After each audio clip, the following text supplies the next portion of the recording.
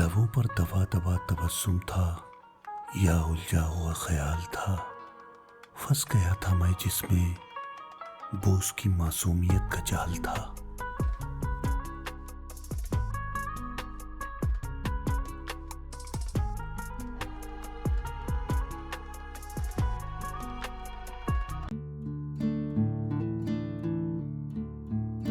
बात उन दिनों की है जब मैं 12th क्लास का एक टीनेजर भोला वाला दिखने वाला स्टूडेंट था। कोचिंग क्लास का वो पहला दिन और उसका मिलना किसी जादू से कम न था।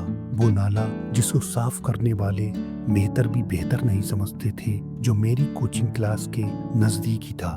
मैं नाले के निकट खड़ा बस उसको घूर नहीं बल्कि देख रहा था। नाले की भजभजाती हुई बदबू अब मेरी तरफ से इश्क के इत्र में घुल गई थी। अचानक से उसका मेरी करीब से गुजरना हुआ। उसके पसीने की बदबू मुझे मदहोश कर गई। जिस तरफ वो जा रही थी उस तरफ एक यंग लड़की खड़ी थी। वो उस यंग से बोली, खाला आप यहाँ कैसे? तब मैंने सुना वो उसकी खाला थी। अब मेरी दिमाग में खाला और नाला का कॉम्बिनेशन बैठ गया था, क्योंकि खाला ही वो माला थी जो मुझे मोहब्बत की कली तक पहुंचा सकती थी। और ठीक कुछ अरसे बाद हुआ भी ऐसा ही।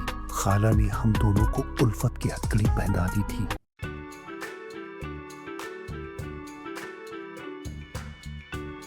वो और मैं प्रेम के पंछी बनकर प्यार के आसमान में उड़ने लगे। अब हम दोनों को चील कौओं का भी खौफ नहीं रहा था।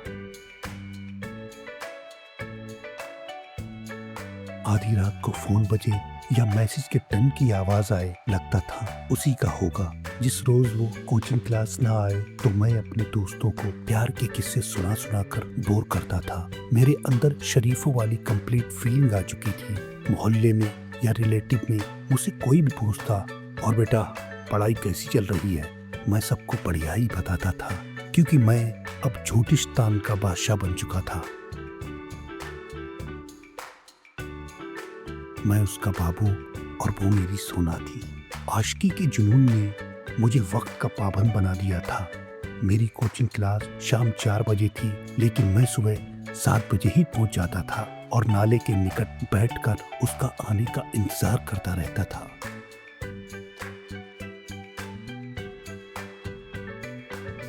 कोचिंग क्लास रूम के अंदर वो कितनी भी बचकानी हरकत करे या बेवकूफ़ी वाली बात, मुझे तो मोहब्बत की खुशबू से डर ही लगती थी। हम दोनों को इस प्यार के पौवे में 7 महीने बीत चुके थे।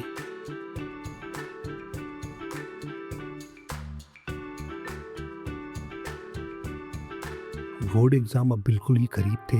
मेरे दोस्त मस्ती में कहते थे, लवर्स बाबू एग्जाम चालू होने वाले हैं। पता नहीं वो मस्ती थी या मेरा मजाक बनाया जा रहा था। कोचिंग क्लास के लास्ट क्लास में ट्यूटर महोदय एग्जाम के लिए गाइडेंस कर रहे थे। मैंने जो कुछ भी पढ़ाया वो बहुत ही ज्यादा इम्पोर्टेंट था। यदि फिर भी आपका प्रश्न ना फंसे तो आप उससे मिलता जुलता बनाकर लिख लीजिए। यदि समस्या फिर भी हल ना हो तो आप एग्जाम कॉपी में एक 500 का नोट रखिए और ज्यादा अच्छी रैंक के लिए तो 500 के नोट रख दीजिए। महोदय जी की लास्ट वाले वाक्यांश पर मैं फोकस करने लगा। उनके जो आखिरी शब्द थे उसमें मुझे अलादीन का चिराग नजर आया और मैंने तय कर लिया।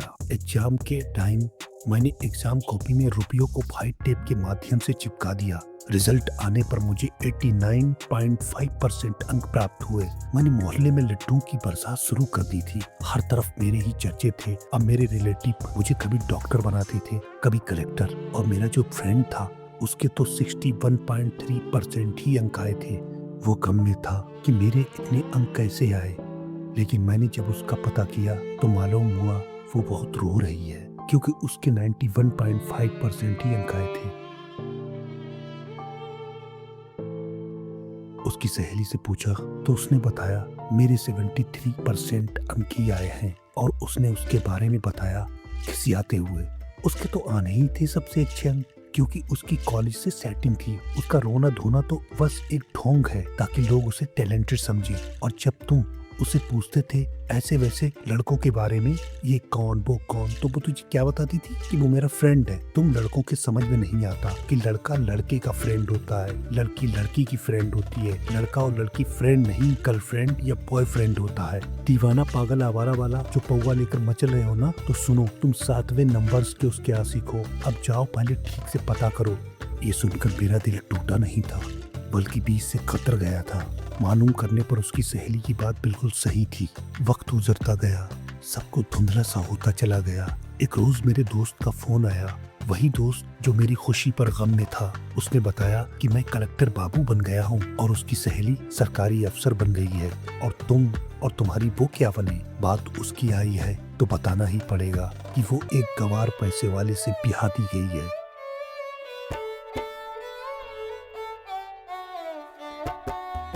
और रही बात मेरी, तो अगर हम पहले बाबू सोना या दबा दबा तबस्सुम के चक्कर में न पड़ते तो हम भी कहीं कुछ तो बनते। खैर, अब उसकी यादें नाला और खाला ही याद है। मैं अपने दोस्त को सारी कहानी कैसे सुनाता कि मैं एक बेरोजगार आशिक हूँ, दिन भर बकरियां चराता हूँ और सुबह उनकी लीड़ी साफ करता हूँ। सोच रहा हूँ कि गांव में ट्री चलाऊं या फिर किसी शहर में टेम्पुआ, लारी ठीक रहेगी या फेरी। मेरा मकसद किसी काम को बुरा बताना नहीं है। ईमानदारी से पेट के लिए जो भी सही काम किया जाता है, उस सही काम को और उस ईमानदार व्यक्ति को मेरा सलाम है।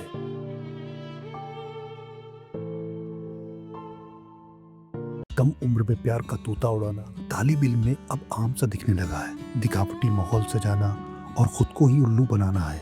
कभी कभी मुझे लगता है कि प्यार की निशानी ताजमहल नहीं बल्कि झुंझुनाए मोबाइल होना चाहिए, क्योंकि इस चीज से पढ़ाई पर फोकस कम बल्कि मोहब्बत से संपर्क ज्यादा है। इस कॉन्सेप्ट में खाला तो बस एक कैरेक्टर के रूप में है, जबकि नातेदार के कई अलग अलग रूप हैं। कौन सा रिलेटिव आपका आपके लिए कितना घातक है, यह आपसे बेहतर कोई नहीं जान सकता। हम सब अच्छे से जानते हैं कि रुपया पैसा हमारी जिंदगी में बढ़िया रोल प्ले करता है, पर हर जगह रुपया पैसा ही काम नहीं करता, बल्कि औदा यानी बड़ा मर्तबा भी कोई चीज होती है। अगर आप पढ़ लिख कर इसे पाओगे तो पैसा भी कमाओगे। प्यारे दोस्तों और विद्यार्थियों, जिंदगी में जो हुआ सो हुआ। अब गोल चेहरा और उसकी लटों का पहरा वाला कॉन्सेप्ट अपनी लाइफ से निकाल दीजिए। ज्यादा टेंशन की आवश्यकता नहीं, बल्कि एक्शन लेने की जरूरत है। शुरू करिए अपनी इस सुनहरी जिंदगी का एक नया चैप्टर और मुझे दीजिए इजाजत। मिलते हैं एक नए कॉन्सेप्ट के साथ। तो आज हमारे पास एक बहुत ही दिलचस्प कहानी है, जान निसार अख्तर की लिखी हुई, जिसका नाम है लवर्स बाबू एग्जाम चालू। ये कहानी पहली नज़र में तो एक टीनेज लड़के की लगती है, अपनी पहली मोहब्बत में है और बस पढ़ाई लिखाई से उसका ध्यान एकदम हट गया है। बिल्कुल, और इसका अंदाज भी शुरू में बहुत मजेदार है, बहुत हल्का फुल्का। हाँ, लेकिन जैसे जैसे कहानी आगे बढ़ती है, ये मजाक एक बहुत ही गंभीर और कड़वी हकीकत में बदल जाता है। बिल्कुल सही। तो आज हम सिर्फ कहानी सुनाने नहीं वाले हैं, बल्कि इसकी परतों को खोलेंगे। हम ये समझने की कोशिश करेंगे कि कैसे एक नाले के पास शुरू हुई ये लव स्टोरी हमारे एजुकेशन सिस्टम पर, सामाजिक दबाव पर और उन फैसलों पर एक तीखा व्यंग बन जाती है जो हमारी जिंदगी की दिशा तय करते हैं। और मुझे लगता है कहानी की शुरुआत ही धोखे से होती है, लेकिन सबसे पहला धोखा नायक किसी और को नहीं देता, वो खुद को देता है। हाँ, वो खुद को देता है। ये बहुत बहुत दिलचस्प बात है। कहानी की सेटिंग कोई खूबसूरत जगह नहीं है, नहीं, एक कोचिंग क्लास के पास का नाला है। हाँ, और वो लड़का कहता है, नाले की भजभजाते हुई बदबू अब मेरी तरफ से इश्क के इत्र में घुल गई थी। मतलब हकीकत इतनी बुरी है कि उसे बदलने के लिए वो अपनी ही नाक को धोखा दे रहा है। हाँ, यहीं से धोखे का ताना बाना बुनना शुरू हो जाता है। और ये सिर्फ प्यार में अंधा होना नहीं है ना? नहीं, ये असलियत को जानबूझकर नजरअंदाज करने की पहली सीढ़ी है। अच्छा। लेखक ने यहाँ नाले का इस्तेमाल बहुत खूबसूरती से किया है। नाला मतलब जिंदगी की कड़वी बदबूदार सच्चाई, और फिर उसे उस लड़की तक पहुंचने का रास्ता मिलता है उसकी खाला में। तो नाला और खाला का कॉम्बिनेशन, हाँ, ये कॉम्बिनेशन उसकी जिंदगी का मूल मंत्र बन जाता है।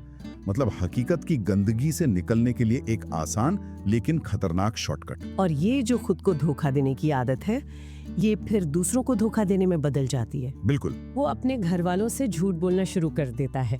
शाम 4 बजे की क्लास के लिए सुबह 7 बजे निकल रहा है। और असल में क्या कर रहा है? नाले के पास बैठकर अपनी प्रेमिका का इंतजार। वो तो खुद को झूठ की तान का बादशाह कहता है। हाँ। हाँ, ये सिर्फ एक मजेदार लाइन नहीं है, नहीं, ये उसके कैरेक्टर का पतन दिखाती है। सही बात है। और सोचने वाली बात यह है कि धोखे की ये दुनिया सिर्फ उस लड़के तक ही नहीं है। नहीं, कहानी में लगभग हर कोई किसी न किसी तरह का धोखा कर रहा है। जैसे जब उसे पता चलता है कि उसकी प्रेमिका रो रही है तो उसे क्या लगता है कि वो फेल हो गई। हाँ, पर असलियत तो और भी ज्यादा चौंकाने वाली है। वो इसलिए रो रही थी क्योंकि उसके सिर्फ 91.5% नंबर आए थे। और वो भी उसकी अपनी मेहनत से नहीं। नहीं, कॉलेज से सेटिंग की वजह से। मतलब उसका रोना भी एक परफॉर्मेंस है, एक धोखा है। ताकि दुनिया उसे टैलेंटेड समझे। मतलब नायक की सफलता धोखे पर है और जिसे वो अपनी प्रेरणा मान रहा है उसकी सफलता भी धोखे पर ही टिकी हुई है। और फिर सबसे बड़ा धोखा तो उस रिश्ते में ही है जिसके लिए लड़के ने अपना सब कुछ दांव पर लगा दिया था। बिल्कुल।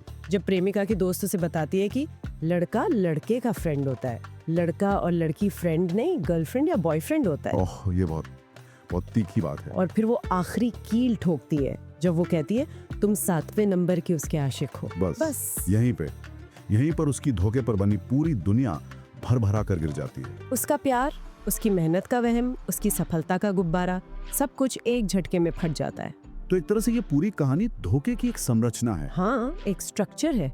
खुद से शुरू हुआ धोखा, फिर परिवार, फिर पढ़ाई और फिर रिश्ते तक पहुंचता है। हर कोई एक मुखौटा पहने है। और यही मानसिकता हकीकत से भागने की, धोखा देने की, उसे पढ़ाई में भी शॉर्टकट तलाशने पर मजबूर करती है। बिल्कुल सही। और यही पर कहानी एक पर्सनल कहानी से निकलकर एक सोशल सटायर बन जाती है। हाँ। जब एग्जाम का समय आता है तो वो मेहनत नहीं करता। नहीं, उसे एक जादू की छड़ी चाहिए। और वो छड़ी उसे मिलती है उसकी टीचर के रूप में।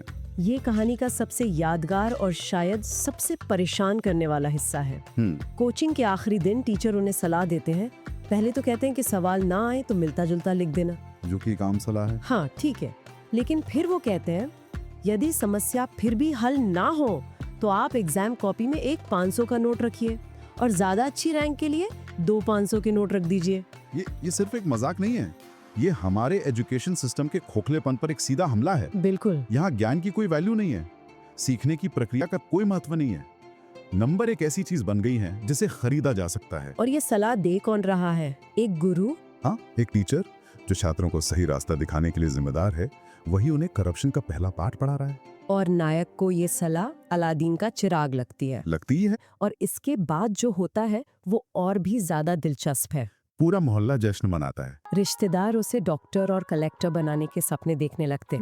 किसी ने एक बार भी ये सवाल नहीं पूछा कि ये हुआ कैसे। हम प्रक्रिया की परवाह नहीं करते, हम सिर्फ परिणाम का जश्न मनाते हैं। बिल्कुल। 89.5% का टैग इतना बड़ा है कि उसके पीछे का झूठ किसी को दिखाई नहीं देता, बल्कि वो उस झूठ को सही ठहरा देता है। हाँ, और नायक के दिमाग में ये बात और पक्की हो जाती है कि शॉर्टकट काम करता है। और इसी के सामने उसका एक दोस्त है। शायद वो मेहनती था, उसने ईमानदारी से परीक्षा दी थी। बिल्कुल। यहाँ लेखक दिखा रहे हैं कि कैसे एक भ्रष्ट सिस्टम ईमानदारी को सजा देता है और धोखेबाजी को इनाम। कम से कम थोड़े समय के लिए तो ऐसा ही लगता है, लेकिन कहानी ये भी बताती है कि धोखे की ये इमारत ज्यादा देर टिक नहीं सकती। हाँ, ये एक नशा है जो कुछ देर के लिए अच्छा लगता है, पर असर उतरते ही हकीकत जमीन पर पटक देती है। तो अब आते हैं कहानी के आखिरी हिस्से पर, जहाँ हकीकत से टक्कर होती है। जब सारे धोखे, सारे झूठ और सारे शॉर्टकट का असर खत्म हो जाता है तो जिंदगी अपना हिसाब पेश करती है। कहानी कुछ साल आगे बढ़ती है और किरदारों की किस्मत पूरी तरह पलट चुकी होती है। हाँ, वो दोस्त जो 61.3% पर दुखी था, अपनी मेहनत के दम पर अब कलेक्टर बाबू बन गया है। और प्रेमिका की वो सहेली जो दुनियादारी समझती थी, वो एक सरकारी अफसर है। मतलब जिन लोगों ने हकीकत का सामना किया, मेहनत की, उन्होंने अपनी जिंदगी बना ली। और हमारा लवर्स बाबू, वो एक बेरोजगार आशिक है, बकरियां चरा रहा है और सोच रहा है कि गांव में ट्रैक्टर चलाए या शहर में टेम्पो। और उसकी प्रेमिका, उसकी शादी एक गवार पैसे वाले से हो जाती है। उसने भी पैसे को ही चुना। तो कहानी का अंत बहुत बहुत क्रूर है, बहुत सीधा है। हाँ। हर किरदार को उसके कर्मों और फैसलों का फल मिलता है। हाँ। नायक जिसने एक सपने के पीछे भागते हुए हकीकत को नजरअंदाज किया, वो कहीं का नहीं रहता। न प्यार बचा, न करियर, कुछ नहीं। कहानी के आखिर में ना लेखक खुद एक कमेंटेटर की भूमिका में आ जाते हैं। हाँ, और आज के जमाने के भटकाओं पर बात करते हैं। बिल्कुल। वो कहते हैं मुझे लगता है प्यार की निशानी ताजमहल नहीं बल्कि झुनझुनाए मोबाइल होना चाहिए।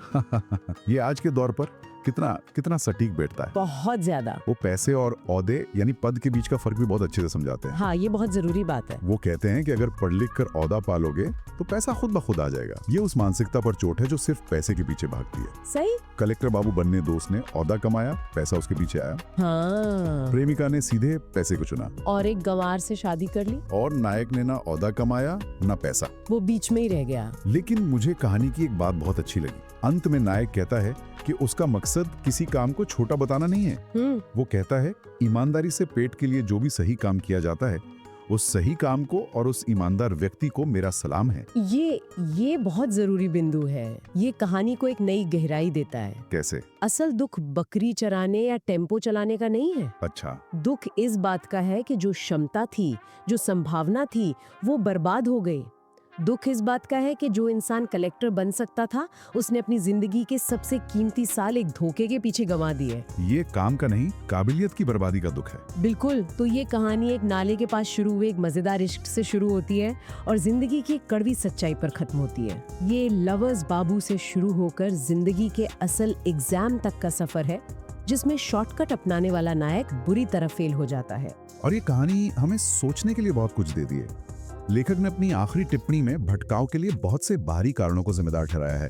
कोचिंग सेंटर्स, मोबाइल फोन, दिखावा, रिश्तेदार। हाँ, वो सब। लेकिन एक बहुत बड़ा सवाल भी खड़ा करती है, एक ऐसा सवाल जिस पर हम सबको सोचना चाहिए। क्या सवाल? सवाल ये कि किसी व्यक्ति के अपने फैसलों की कितनी जिम्मेदारी होती है। ठीक है, मान लिया कि सिस्टम खराब है, टीचर गलत सलाह दे रहा है, समाज सिर्फ नंबर देख रहा है, लेकिन कॉपी में 500 का नोट रखने का फैसला तो आखिरकार नायक का अपना था, है ना? हाँ, वो फैसला तो उसी का था। तो क्या वो सिर्फ परिस्थितियों का शिकार था या अपनी बर्बादी का जिम्मेदार काफी हद तक वो खुद भी था? इस सवाल का जवाब कहानी हमें नहीं देती। ये हमें अपने अंदर खोजना है। बिल्कुल।